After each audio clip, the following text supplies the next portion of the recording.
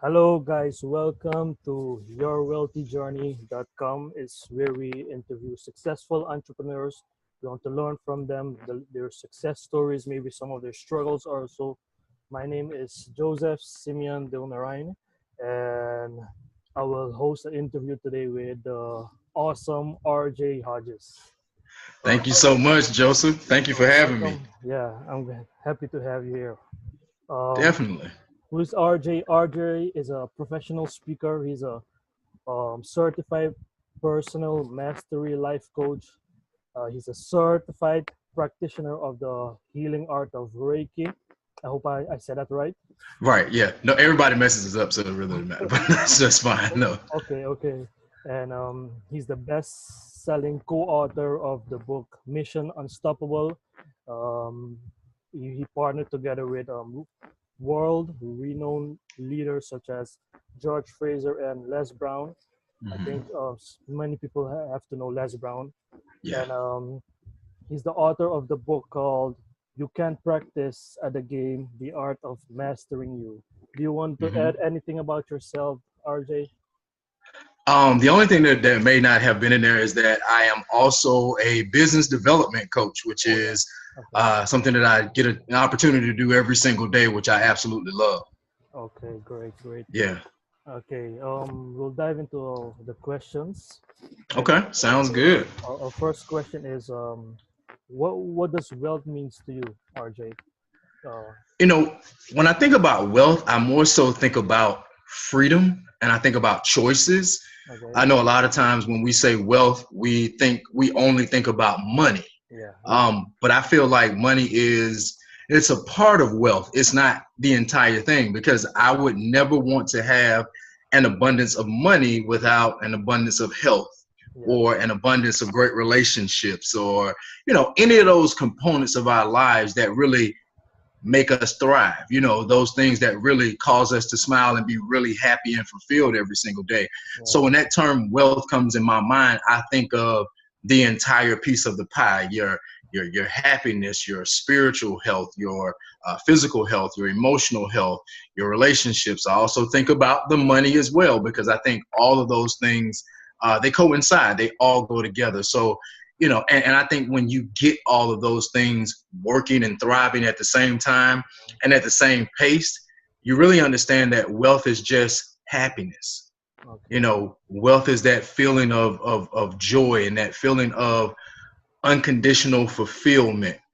So when I think about wealth, that's what I think about. Okay. Great. Great. We didn't learn more about you, but what we want to do is tell us a little bit of yourself. What do you do? What's your business about? What's your story? Where do you come from? Or Where do I come from? I was born in Atlanta, Georgia, in the U.S. And I grew up south of the city in a little small area called East Point, Georgia. And growing up in East Point, it was kind of the same for all of us. My father passed away when I was 8 years old. My mom raised me by herself. And I just saw a lot of stuff growing up. I saw people kind of struggling. People doing their best to just make it from day to day. And I just always told myself, I don't want to do that. Like, I don't want to struggle. Nobody wants to struggle, but being that it was in my face, I just didn't want to. I wanted to live a life of, like we just said, that life of freedom and that life of choices. But I didn't know what to do because I always say growing up, I didn't really excel at anything. I wasn't that kid. A lot of friends of mine, they were great at sports, or they had something, they could draw, they could do something that could identify what their talent was. I never could find that thing. I just kind of went to school like everybody else, and I did pretty good in school, but there was nothing about me, in my opinion, that just stood out that said this is your path and this is your thing. And speed this story up, but I graduated from high school, bumped into a group of gentlemen that were business owners, and they introduced me to the network marketing industry. okay. And everything in my life changed from that point because introducing me to business was like putting a basketball in Michael Jordan's hands. You put a basketball in Michael Jordan's hands, he's gonna shoot it, and he's gonna become a 6-time champion, so forth and so on. Well, putting business in my hand, that was it. That was a light switch. That's when everything started to click. Is that I want to build businesses. And then the second thing happened was during that network marketing business, I got put in the front of the room to start doing presentations. Okay. And somewhere in doing those presentations, I also learned that I wanted to be an inspirational speaker. I wanted to not just inspire people, but talk to them about this life that I had seen so far and how I had just bumped into a new life that was totally different. Because the life I came from at East Point was us, trying to make ends meet, trying to make sure every day we could pay bills. And when I bumped into these business people, I bumped into a life and a lifestyle that was not that. I bumped into people that were living abundantly. They weren't worried about anything. They weren't sad. They were happy. They were the definition of what I just gave you for wealth. Okay. And it blew me away because I hadn't really seen that growing up. So I now had this passion about telling people, especially people that came from where I came from, there's a whole different life out here. And it doesn't matter where we came from, we can get a piece of this. So, I got excited about being an inspirational speaker, and that slowly transitioned into me doing personal development, life coaching.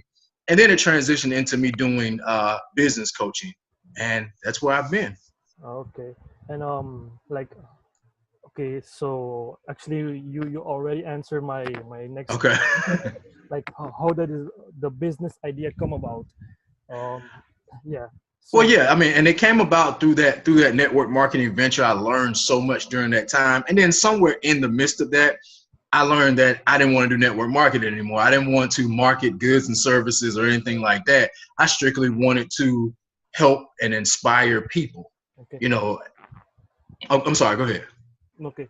I was also in a network marketing company, and Okay. there's where my mind Mm-hmm. also had a self-defeating mindset. But there's where I came into I got to know about the world of personal development, Right. and it opened up my mind big. And since then, I always had a desire to have my own businesses. So this is just the start of it, man. Right. Yeah, most definitely, man. And I applaud what you're doing. I mean, the one thing I can say about network marketing is it changes everything about your mind, because you cannot, if you're in a great network marketing company among great people, Yeah. you cannot be there and not personally develop, because that was the first time that people put certain books in my hand. They put the Think and Grow Rich and the, all of the Napoleon Hill books, and they put the, How to Win Friends and Influence People. They put all of these books in my hands that prior to that I had never heard of before. Yeah, right. And reading those type of things, it just changed me. It changed everything about how I saw life. And I always say that at the moment you start to see life differently, you can have whatever you see. Okay. So I started to see life differently, and it just kind of blossomed from there. But after a while, I didn't want to do network marketing anymore, and that's where the whole business idea of starting to become an inspirational speaker and starting to become a coach, that's where that all came into play. Okay, and how long did it take you to transform that idea into reality? Like, Honestly, for it to become a reality was instant. From the moment you make a decision, it's a reality, in my opinion. So from the moment I decided no more network marketing, I'm going to be a speaker and I'm going to be a coach, that was instant. Now, how long did it take for me to make it really work? That's a different story. But it was instant for me to actually get it going. I came up with an idea. I started a speaking company called Born to Win at that particular time, and myself and another business partner that was in network marketing with me, a young lady by the name of Monique Fluker, we partnered up together and we started Born to Win because we both had the same level of passion for speaking and inspiring and stuff like that. So we just kind of hit the ground running. We didn't know much, but we were excited and we went forward. Yeah, you have to make a start anyhow. Yes, most definitely. Yeah. Most definitely. Okay. And what was your biggest struggle in starting this business, getting it up and running and successful? Probably what I just said. Me and her, we did not know the industry. We didn't know anything about being an inspirational speaker. We didn't know how to build a speaking company. We didn't know anything. We just knew that this is what our heart wanted to do. So the biggest struggle was we didn't know. And we didn't know that we needed to get help. Okay. Okay. So we just went at it on our own. We were out here, you know, trying and building and doing a bunch of stuff that probably was unnecessary and not doing the things that were necessary. And we just didn't know, you know. So my biggest struggle, and I'm sure she would attest to this, our biggest struggle at that time was the lack of knowledge and the lack of knowing how to execute, you know. But the biggest thing was not knowing that we needed to go find an expert. We needed to go find a coach or a teacher or a mentor or somebody that was an expert in this particular industry that could lead us down the right path. And we kind of spin our wheels for a while before we figured that out. Okay. So what did you guys do when you figured that out, that you guys needed a coach to overcome that struggle? And we knew it was time to get somebody. We knew it was time to get some mentors. We knew it was time to invest in what we were doing. And, you know, that's usually that time where most people, they say, well, you know, I don't have the money. You know, I don't have the money to hire a coach, or I don't have the money to, you know, invest in a program, or whatever the case may be. And I always say that if you can't afford it, you can't afford not to. Because we wasted probably a lot of time not doing that. And eventually how we overcame it was we just put our pennies together, you know, and we said, you know what, no matter what we have to do, no matter what we have to sacrifice, we got to make it happen. And we would, we found a mentor, a great guy up in North Carolina, which is from Atlanta. It's probably a 3.5 to 4 hour drive from here. Okay. So we would figure out when he had a moment and whatever we had to do, and we would scrape our money together, and we would go up to North Carolina just to get information, And this guy was a big deal, you know, still is a big deal. You know, up there, huge office. He had employees. He was speaking all over the country, you know. So we would just go up there and just kind of sit and just try to figure out, what are you doing? But today I understand that nothing changed until we figured out how to overcome the whole don't want to make an investment, don't want to spend any money, feeling like we didn't have any money to spend, and actually get the expert. Because if not, you're kind of going at everything from a blind perspective. Yeah, right. And how long did it take you after you guys got the expert to help you? How long did it take you to earn your first dollar, or were you guys making the money already when you guys like? No, not at first. Not at first. I want to say maybe a few months or so, you know, after us really understanding the information and understanding how to actually thrive in this industry. A few months or so later, I remember booking my very first paid speaking engagement. You know, it's a story I'll never forget a day in my life, because, you know, we were promoting ourselves. We were putting ourselves out there and telling people what we did. Nobody just was, and people were actually telling us to come speak, and we were speaking at places. It's just that nobody had any money to pay us, you know. And that day that I got a call from somebody that was an associate, I didn't even know her that well, and she said, "Hey, we're having a program. I think it was a program at a school or a university or something like that." And she said, "Do you still do inspirational speaking?" And I said, "Yeah, of course." And she said, "Well, you know, we want you to come speak." And she said, "We only have this amount in our budget." And I think it was, I don't know, $1,000 or something like that, which I never got paid before for doing this. So she's like, "We only have this in our budget. I don't know if that works for you." And of course you got to play it off. You can't, you know, you can't come across like I've never gotten paid for this before. So I pondered for like a half a second. I said, "Well, you know, for you, I'll do it," you know. And that was the first time that our company got some money for doing that. But it wasn't the last, thankfully. Okay. Definitely wasn't the last. So I bet that was one of the happiest days of your life. Absolutely. You know, because something that you love to do anyway, that you've kind of put yourself on the line for, that you said that I'm going to do this, and you've told people. It's okay when you have a vision that you're keeping to yourself, you know, but it's something about when you go publicize it and you tell people, something about that, you have to kind of back that up at some point. You know, you can't keep telling people I'm a speaker, I'm a coach, and there is no proof You know what I mean? There's no proof that it's really happening and working. So to get that first paid speaking engagement, it was amazing, because not only was it a way that we made some income, but I think it solidified to us that we're on the right path. Okay. You know, this is really going to work. Okay. Yeah. Great, man. The next question. You know, there are many um, young people that are starting or are going into they want to become their own entrepreneurs, and put it that Hmm. way. What would you advise these youngsters or whoever they are?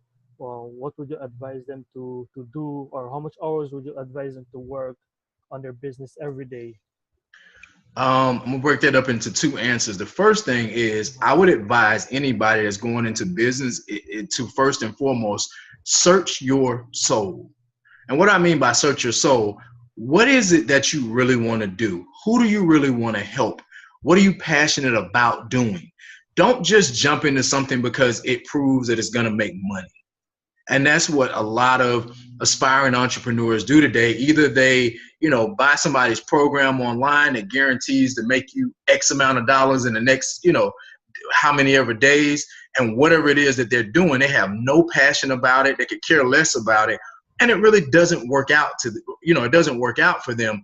Or they start a business based on what they think the marketplace needs and wants. And a lot of time that doesn't work out. So my first thing is, find out what you're good at. Find out what you're passionate about and pursue that. My favorite quote, and I need to remember whose quote it is, but it says, there are many things in life that will catch your eye, but only a few that will capture your heart. Pursue those. Okay. So pursue the things that capture your heart versus the things that just catch your eye. There's a ton of things out here that will catch your eye. And once you find that thing, I wouldn't give a set amount of hours per day or per week that you need to work on your business. But I will say, if you're working a full-time job and you're starting a part-time business, you need to figure out a way to look at the gaps in your day. 15-minute break in the morning at your job, the lunch break where you don't have to spend an entire hour eating, and the 15-minute break in the afternoon, and whatever little gaps that you may have in between your day, you got to figure out how to work in tasks for your business during those gaps. Where most aspiring entrepreneurs, where they miss it at, is they work a full-time job, and those little gaps of time, whether it's 10 minutes, 15 minutes, they don't do anything in those gaps during the day. And they give all of their energy to the job, and they drive home, and then the mindset is, now I'm going to start working on my part-time business. But that rarely happens the way it should, because you're tired at this point. Yeah. Your energy level is extremely low at that point. And now you're up to 2 and 3 o'clock in the morning, dozing off on laptops, and you say you're building a business, but you're really not. You're spinning your wheels. So I always tell aspiring entrepreneurs and part-time entrepreneurs, make sure that you're taking advantage of those time gaps within your day. Okay. Great advice, man. Great advice.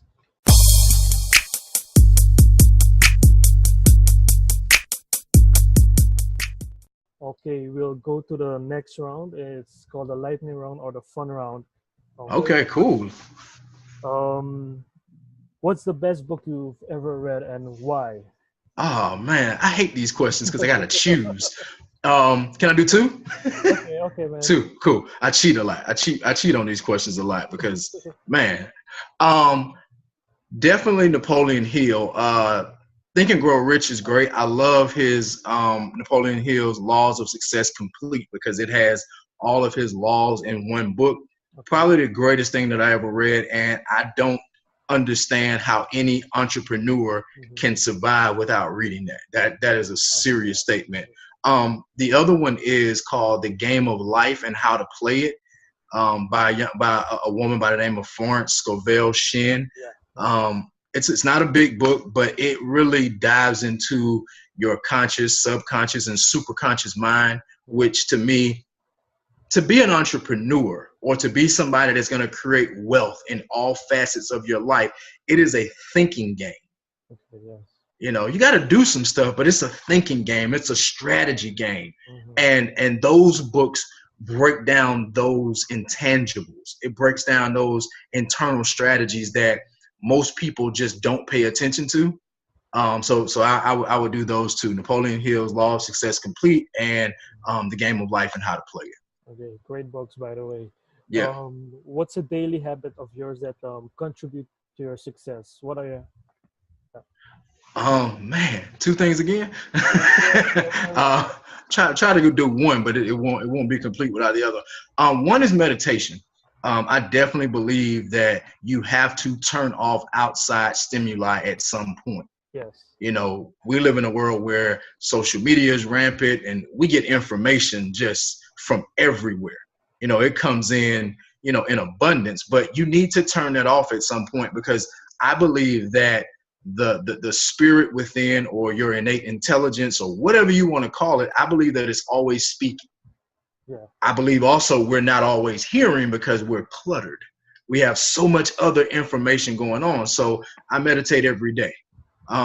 The second part about that, and meditation, let me say this, it doesn't have to be for 4 hours. It doesn't have to be for 2 hours. You can meditate for 20 minutes. You can meditate for 10 minutes. Start somewhere. You know, because people go, oh my God, I can't do that. Just turn off your phone, turn off everything that's feeding you, and sit quietly. You know, get in tune with you. That's really, in my opinion, all meditation is.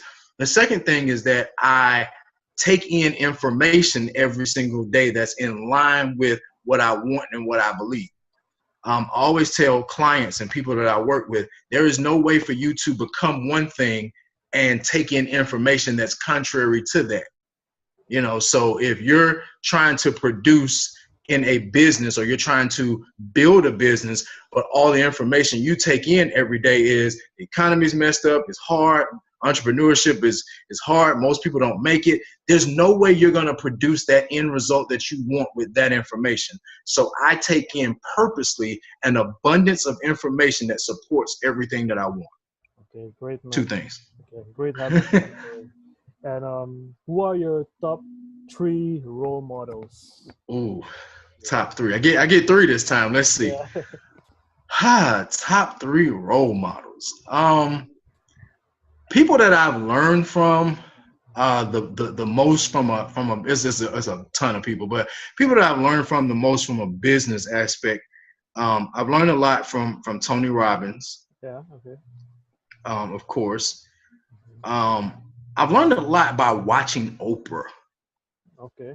You know, a lot of people watch Oprah from a different perspective than me and some of my friends and business people have watched Oprah. She is probably one of the most strategic people ever. She moves in a certain way that's just, you got to look at her moves. They're business-wise, they're incredible. So I've learned a lot from watching Oprah. And while there's a lot more, I'm going to say my mother. Okay. And I don't think I've ever said that in a podcast, or anywhere publicly, but I'll say my mother, because everything about how I think and how I move in a certain way, it all comes from her. Okay. You know, she was a very strategic person in the sense of, before she stepped, she thought it all the way through, or, you know, she was always 10 steps ahead of the next move. It was like she played chess without playing chess. And I don't even know, my mother passed away, so I don't know if she knew that's what she was doing. I don't know if it was just a natural thing. I never, unfortunately, had the opportunity to have that conversation with her. And it wasn't until recently, within the last 4 or 5 years, that I was able to look at myself and how I operate and how I move and how I think and how I deal with people. And I looked and said, I know exactly where that comes from. You know, yeah, you know, so, you know, her influence in that way, it has molded a lot about me, kind of unconsciously, because I never would have really seen it. I never really known that it was there, but that's where that comes from. Yeah. Okay, great, man. Okay, the next question, it's not really business related. Okay. Maybe in your personal life. Okay. What's the best entertainment movie you watched so far? Oh man. Just one. Just one. Oh, two. No, just playing. I'll give you one. I'm just going with what popped in my head. I have a lot of entertaining movies. Coming to America, which is probably the funniest movie ever for me. But there's another movie called Boiler Room. Boiler Room is an older movie. It has, I think his name is Giovanni Ribisi. I want to say that's his name. It has Vin Diesel is in it, actually, like a young Vin Diesel. It's an older movie. Neil Long is in it. And it's a movie about them trading stock. It's a crazy movie, but it's an excellent movie. So somewhere between Coming to America and Boiler Room would be up toward my top two. Okay. Yeah. I never saw those, by the way. You gotta watch. If you don't do anything else, you gotta watch Boiler Room. You might gotta go watch Boiler Room today, especially if you're of the entrepreneur mindset. You gotta watch Boiler Room. Boiler Rooms. Boiler Room. Yeah. Okay. Great. Don't ask me to spell. I'm a word spell check guy, so I don't want to spell on camera. It might mess up my life. We'll check it out on Google. Yeah. The next question is, let's say one day you woke up and you had no money in your bank account, no money in your wallet. You only had food, shelter, a laptop, and internet. What would you do in the next 30 days to earn $1,000? Okay, no problem. First and foremost, I would ask myself, what skill do I have? Okay. How can I add value, and who can I add value to? That's key. Because if you can add value to somebody, you're worth money, point blank, without a doubt. And once I figured out who and what value I could add, I got the internet. I would go on the internet and I would relentlessly target those people, telling them very specifically, with no doubt about it, of how I could add value to their lives and how much it'll cost for me to do it. And I guarantee I could make $1,000 in less than 30 days, because we only pay for things that we deem valuable. That's society. That's who we are as people. So if you can find out, what type of value you can add, what credibility you have, what you're good at, and who needs that, you can always create income. Okay, great, man. Yeah. We have two more questions. Okay. We're closing off right now. Okay. What's your parting piece of advice to our audience? What advice do you want to leave people with today? My biggest thing to people is master yourself. The subtitle of one of my books is called The Art of Mastering You. And mastering you is everything about what I talk about. I tell people, don't just focus alone on the external principles. Make sure that you're taking advantage of the internal principles. There's a lot of external principles out here, the 5 steps to get wealth in the next 60 days, the 10 steps of how to, build a multi-million-dollar business, and all of that stuff is great. But I always say a principle, an external principle, is only as good as the person or the spirit that it comes into contact with. So my advice to people is start reading. Start finding out who you are. Start finding out what your shortcomings are. Start finding out what your fears are, so that you can overcome those things. Because no matter what you get principle-wise externally, those internal things, your fears, your hindrances, your procrastination, your shortcomings, your, bad exposure to wrong information, those are the things that will choke the life, not only of your business, but of you. So you got to master yourself. You got to personally develop every single day. Okay, great, man. And how can we connect with you? It is RJ Hodges Speaks, rjhodgesspeaks.com. RJ Hodges Speaks pretty much on all social media. And I also have what I want to call it, a group on Facebook, which is for aspiring entrepreneurs and entrepreneurs, called Superior Entrepreneurs. So if you guys are interested in that, you can request to join that group. But I am at RJ Hodges Speaks on everything. Okay, great, people. You've heard it. It was great interviewing you, RJ. We got plenty of value out of this. Good deal. And people take action upon what you've heard. You don't have to be great to get started, as Les Brown said, but you have to start to become great. So that was it. Thank you for the interview, man. Thank you for having me, man. I appreciate you. Yeah, okay.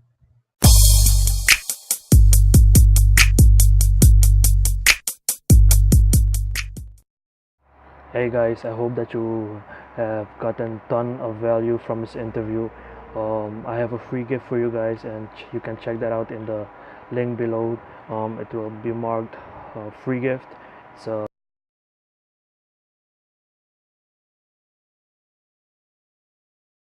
of their life, so check out the link below and start your wealthy journey right now, today. Bye guys.